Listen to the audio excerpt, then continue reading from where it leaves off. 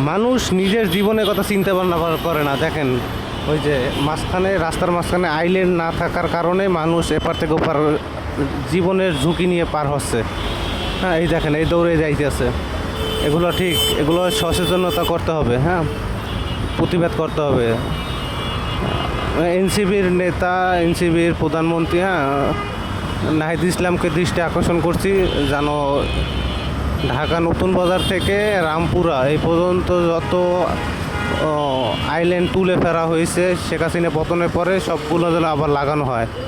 মানুষ নিজের জীবনের থেকে আর কি তাদের তাড়াহুড়োটা বেশি আকর্ষণ করছে।